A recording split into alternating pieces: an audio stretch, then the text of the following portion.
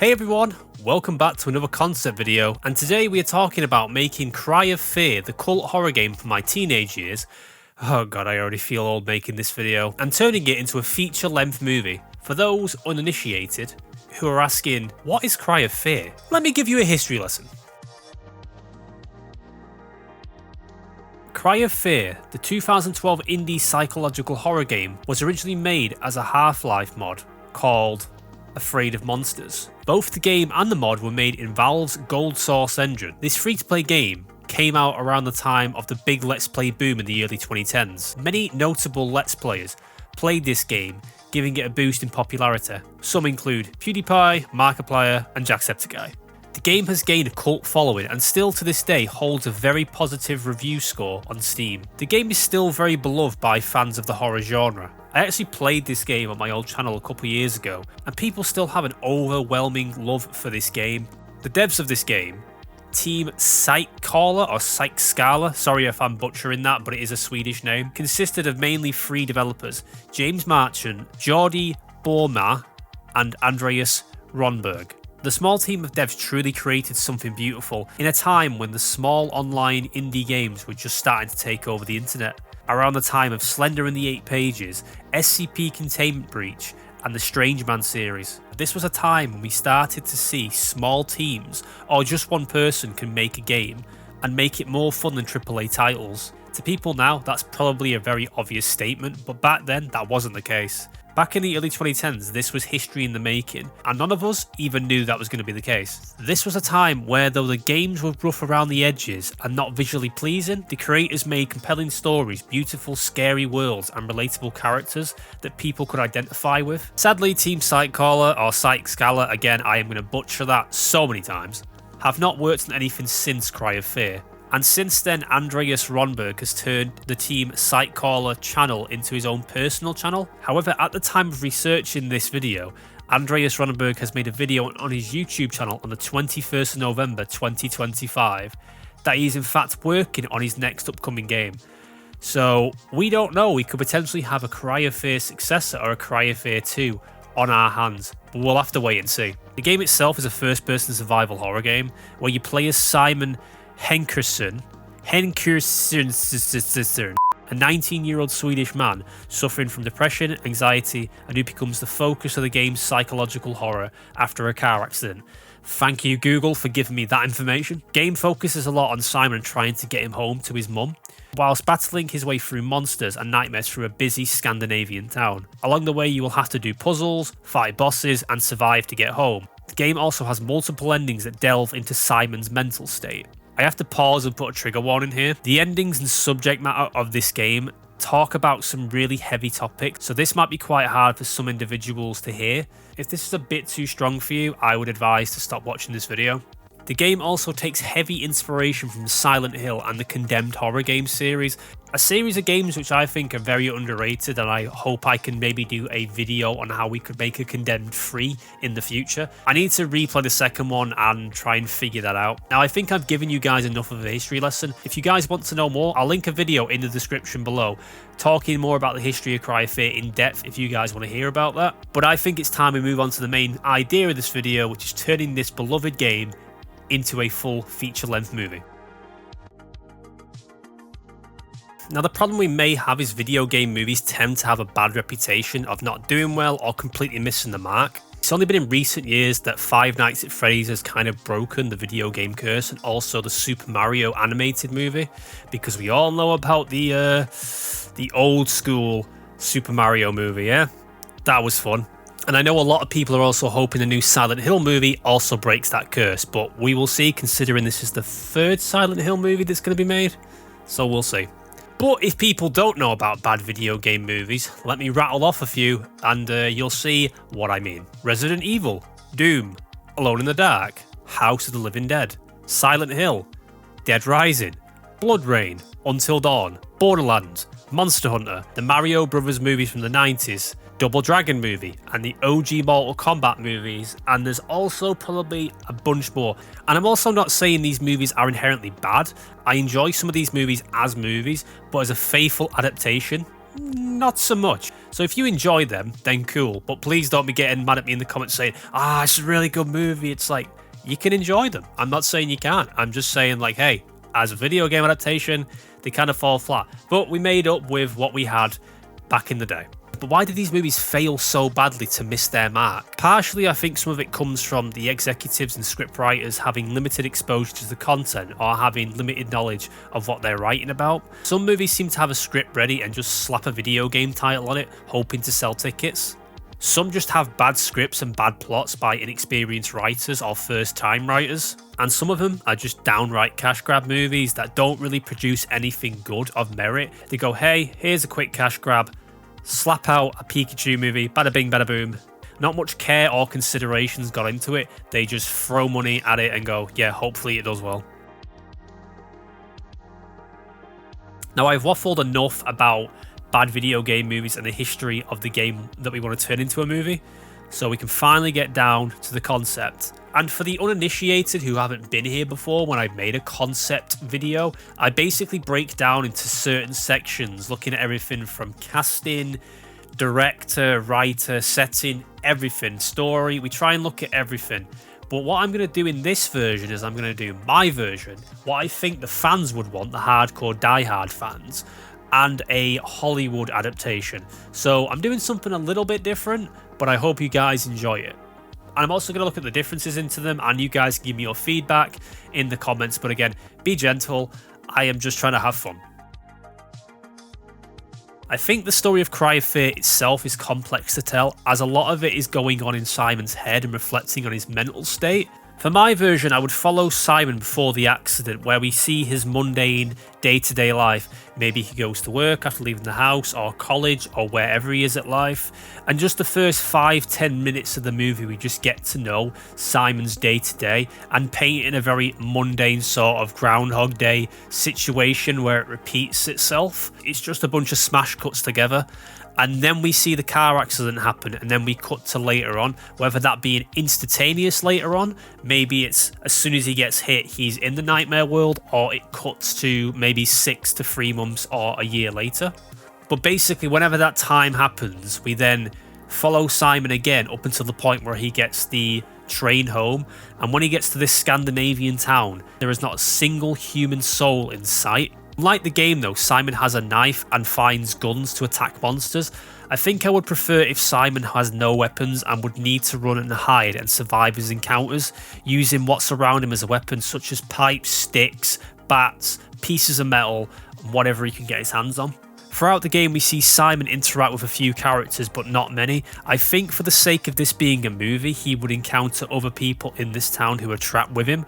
Even one additional person like Sophie, who is also mentioned in the game, could be his companion. And the reason I'm saying that is that if we don't have a very compelling actor to lead this story, it could get quite dull and boring to just watch one person run around an empty town for 90 minutes. It could also create pacing problems, and I think it would fall flat. Another big part of the game is Simon versus the Doctor, which I think could be shown with some quick editing and maybe hallucinations of the Doctor appearing in Simon's memories, where he thinks he can see the Doctor. So the first part of the game follows Simon going around the apartments. This could be the section where he finds a survivor who is lost and afraid, and he or she could be like Simon, trapped and afraid and just want to get home. Simon now has a new purpose of trying to get this person home as well as himself home, which could represent Simon's desire to stay alive. As we could show after the accident, he suffers worse of his mental health, and this could paint Simon as a hero. Much like the 1979 movie The Warriors, the movie takes place in one night, and at the end Simon has slain monsters, saved people, got injured and faced off against demons. So much like the game ending near dawn, this would also be a good contrast to show that Simon is exhausted, beaten, bloody, bruised, and at a point where he's physically can't walk anymore. He just wants to get home to his mum. I think it'd be a good way to show just how exhausting it is for him, mentally and physically. And the twist ending reveal would be when Simon gets home and his mum isn't there, or that it was all in his head, which his mental state could be shown starting to crack throughout the movie, where his grasp of reality is starting to slip. The person that he's also protecting could also leave towards the end of the movie, implying, was that person actually real, or did Simon just walk home by himself? The story could also follow that final encounter with the Doctor, and the choice you make affecting the ending. Multiple different endings could be shot and could be released as bonus alternative endings, though I think for the cinema we would have a theatrical ending and a director's ending, and one could be the good ending and one could be the bad ending.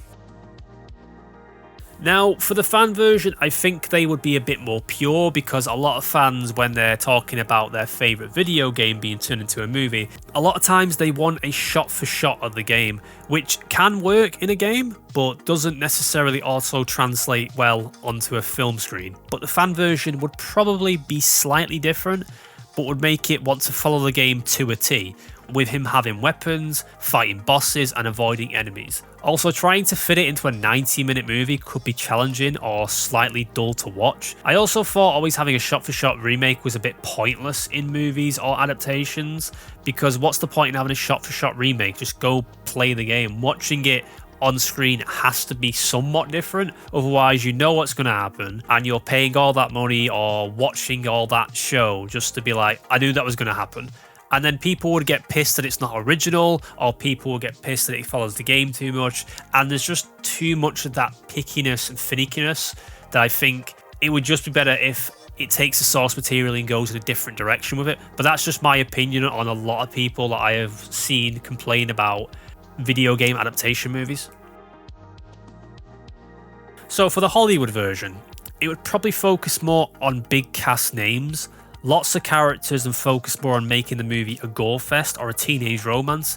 When I was writing that, I kind of thought, yeah, it could be like a sort of slasher wrong turn thing where there's a survivor, he saves them from a demon and all this stuff, he saves Sophie, and they all go on, live happy ever after, or it's going to be a very dark ending. Either way, it would be a very predictable ending. I don't think it would really play too much on the psychological side. I think they would miss the point and just make it either gory or scary. That's all they would care about.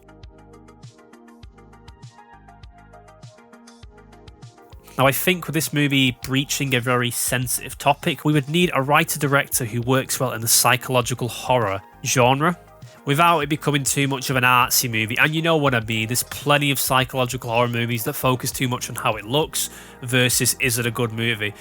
Having a movie shot well and making it look pretty is good, but if the movie's boring, it's just an art movie.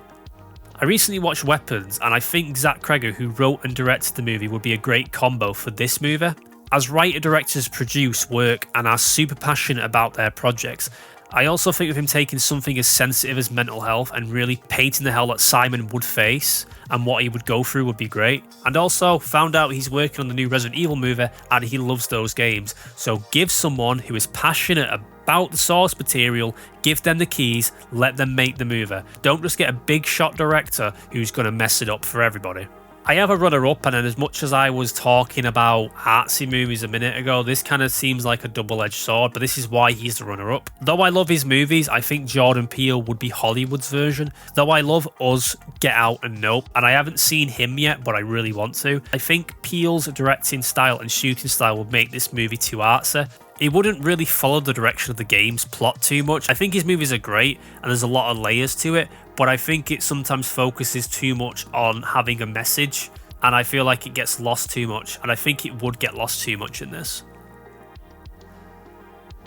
Now for the fan version, I'm going to leave it up to you guys. Write in the comments down below who you would want your director or writer to be for this movie. It can be anybody, but I'm going to go out on a limb here and name a director, or should I say directors. And the reason I'm going to pick this director is because this game became popular on YouTube, so I thought I would give it to someone who made their start on YouTube and give it to Michael and Danny Philippou, aka the Raka Raka twins. It would be a great fan edition, as like I said, they came from the YouTube background, and the guys have already made two amazing movies.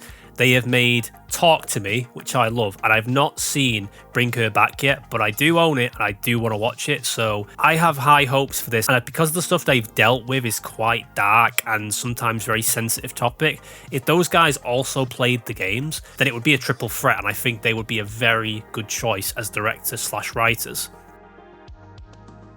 And for Hollywood's version, it could honestly be anyone. It might not even be the right director for this movie, but they might just be like, hey, that director's known in the horror world, let's just shove them on there. So it could be anyone from James Wan, again, Jordan Peele, David Cronenberg, Ty West, Eli Roth. There could be literally hundreds of horror directors that might not understand what this game's about, but they might just be like, hey, from director James Wan, here's the Cry of Fear movie, and it's just not gonna work. And again, I'm not saying these guys are bad directors. I love Jordan Peele's movies. I love Eli Roth movies. I love James Wan, David Cronenberg, Ty West, John Carpenter. But I feel you need to find the right director for this sort of thing. And I feel that it needs to be from someone who knows the source material, as I've probably repeated 7 times in this video, would just be the best outcome for this to get made. Now, for studios, I think this was a tough one for me, but I think I might have found one of the best ones for this. I also don't own a lot of movies by this studio, but I think A24 may be the best studio to make this. The reason I say this is that the company, though a bit artsy and indie, know how to make a compelling horror movie without it just being about jump scares and gore. With the complex task of making a movie about someone's mental state without it being outright offensive or over the top, I think A24 would make a nice middle ground and do it with respect. They're also taking on the Backrooms movie and the Death Stranding movie at the moment, so they already are taking on some really interesting projects around internet culture and gaming. Now for fans, I don't know, again, if you're a film buff, you know studios. If you don't, maybe you just know some horror studios. But I feel for one of the most common ones, I think people would probably pick Blumhouse. Because for a lot of horror fans, they know the studio, and because of the success of FNAF, they would want someone who have held the keys to a long-running video game franchise and succeeded with their movies. Blumhouse also produced great horror movies in general, though I think the problem would be is that the movie could either be great and fans would love it to bits, or it would suck and they would hate it. Like the Halloween trilogy, which at some point I will do a video about. I was going to do a video at Halloween about it, but I missed my window, so maybe next year I'll do a video about that trilogy. And again, I probably wouldn't put it past Hollywood to put Blumhouse on the radar. I feel like, hey, you're a notable horror movie studio. Let's put you on there, because some people just go and see your movies because it's Blumhouse. But I've noticed that Blumhouse either produce really good movies or really mid to sometimes terrible movies. For me, it's kind of like every 4th Blumhouse movie is kind of terrible, but that's just me. But they could also just give it to any sort of studio that's made a horror movie in the past 10 years, such as Screen Gems, Warner Brothers, or Platinum Dunes. Now for an interesting one. I thought about this for some time, honestly. I thought long and hard and even spoke to my fiance about this because she was the person that introduced me to Cry of Fear very early on in our relationship. And because of that, I had to have her opinion on this. The hardest part of casting Simon is that he doesn't really have any distinguishable features, cheekbones or a fat face or freckles or anything. He is a pale white dude in a grey hoodie. There is so many actors that could play him. That's going to be the problem we have. So my brain was like, who's a generic looking actor who could basically play Simon? And I came up with 3 who could play a pale 19-year-old, regardless if they're older than 19 or younger than 19. And to be honest, many of you guys might not know these actors by name, but you'll know them by face, so I'll put a picture on of what they've been in and who they are on screen. My first one is Logan Lerman, best known for the Percy Jackson movies, Fury, and Perks of Being a Wallflower. He is young enough and fits the babyface profile that Simon has. I've also seen Lerman play some complex characters, so this could be a chance for him to take a lead on something that's a lot more challenging and also a lot more darker. He also has somewhat of a psychological horror background, such as the Number 23 and the Butterfly Effect. Number 2 would be Logan's secret twin brother, Dylan O'Brien, who looks slightly older but also still has that baby face look to him as long as he shaves his facial hair. O'Brien is also starring in his first horror movie, titled Send Help, in 2026. Lastly, for me, I was also thinking Josh Hutcherson from the Five Nights at Freddy's movie, but you guys probably also know him from Bridge of Terabithia, Zathura, and probably so many other things. This guy's been acting since he was a child, but he still looks like a baby, so I feel like he could still play Simon, just maybe a slightly more older, haggard version of him. But I think he's a good runner-up. And the funny thing is, I actually feel like these three work across all three categories. But again, if you guys have any that you think could play Simon, let me know in the comments down below. I think that Hollywood would be happy with these casting choices because they have notoriety, people know who they are, and people will want to see them in other movies, especially Hutcherson. So I think I've done well there, but again, let me know. Also, write down below who you think could play Sophia. The reason I've not really included her in this too much is because she's only in the game for a little bit, so I feel like I don't want to cast someone who is super well known, maybe an unknown actor for this one, but off the top of my head, you could get maybe Sadie Sink, who's doing quite well. And I've also not thought about Dr. Purnell because he mainly wears a gas mask throughout the game from what I can remember off the top of my head. But I think a strong contender could be Mark Strong from the Kingsman movies or Wentworth Miller from Prison Break. Again, I'm just thinking of bald dudes that might look good in this movie. So we've got the actor, we've got the script, we've got the studio, we've got the writer. Now we need to start finding a place to shoot it. For the game originally being set in Sweden, I think making the movie in Sweden would be an ultimate homage to the game devs and to the fans as well, to say, hey, we're taking this seriously, we're going to shoot it in Sweden. Maybe somewhere like Stockholm or somewhere outside that's a bit more remote because it's a little quiet town.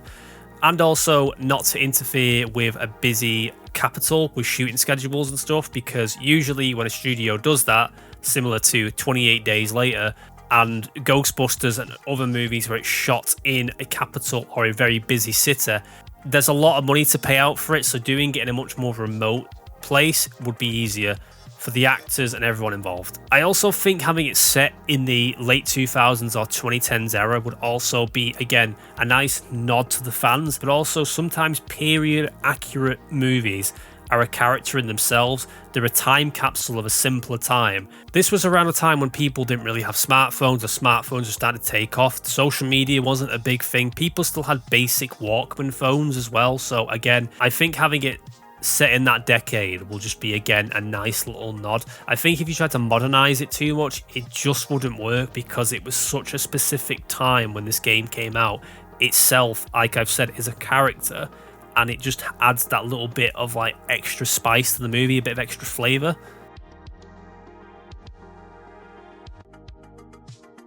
I don't think for a fan version, I don't think I really have to add much. I think the fans would be happy being it shot where it's based off of in that country. Whereas with Hollywood studios, they would probably shoot somewhere where they get decent tax breaks, where they could work as long as they want to. They also could potentially shoot in the US and just basically be like, hey, it's cheaper to shoot here, let's just do that and not worry about everything else. Also, to be honest, I would watch a Swedish version in dubbed or subbed to this, as many Swedish movies are amazing to watch and capture that homegrown feeling, such as Troll Hunter, Let the Right One In, and Frostbite. I only want to make my version in English because of the mass populace who don't want to sit and read subtitles or don't want to sit and watch the really badly dubbed movie. And that's just to give it the best possible chance it's being seen across the masses. I want to talk about bonus extra bits they could use in the movie as a nod to the fans. For example, getting the team who developed the game to help write the movie, but also offer up cameos and Easter eggs in the background of shots, so eagle-eyed fans can do a frame-by-frame analysis. Also having the game's creator have some of his music in the movie, considering he makes music on the side. I feel like having him collaborate on the film's soundtrack would be a really cool thing that only very passionate fans would know about. So yeah, I would not be opposed to having on-screen cameos or in the background references to their games or their music, or maybe having Let's Players in the background, just stuff like that, little Easter eggs that just the people on the theorist thing could go absolutely nuts about.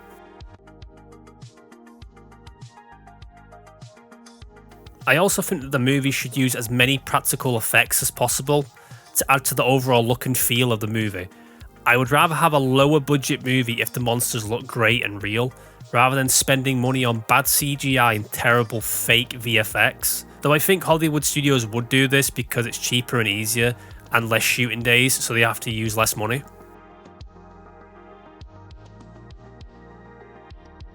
Now for the verdict. Would the movie actually do well, or even get made to begin with? Ultimately, no. The movie doesn't really have a broad reach that something like Five Nights at Freddy's has. It's a dark, depressing movie dealing with mental health around a time when the internet and online content were only just starting to show their face. Also, with the characters not really being kid-friendly, colourful or merchandisable, they wouldn't really get the appeal that something like FNAF or Bendy and the Ink Machine would get. Other games like Choo Choo Charles, Poppy's Playtimes, and even Garten and Banban all have a massive following and a marketable appeal that this game just doesn't have. I also think the game only having a cult following would make companies less interested because it doesn't have the numbers of people interested in seeing this, only a small variety of people. I also think the game not being as popular as it used to be, it wouldn't get the attention it deserves and would only be a mid-tier horror movie / game adaptation. I think the best we can possibly hope for, if this ever were to happen, would be a small indie movie with limited screens, made by fans, for fans, at a film festival such as South by Southwest, a short 40-minute film with a budget that could be a love letter to the fans. But I feel like if someone kickstarted the movie and got it made, a short movie, and just posted it on YouTube or took it to South by Southwest, I feel that's the best we could hope for.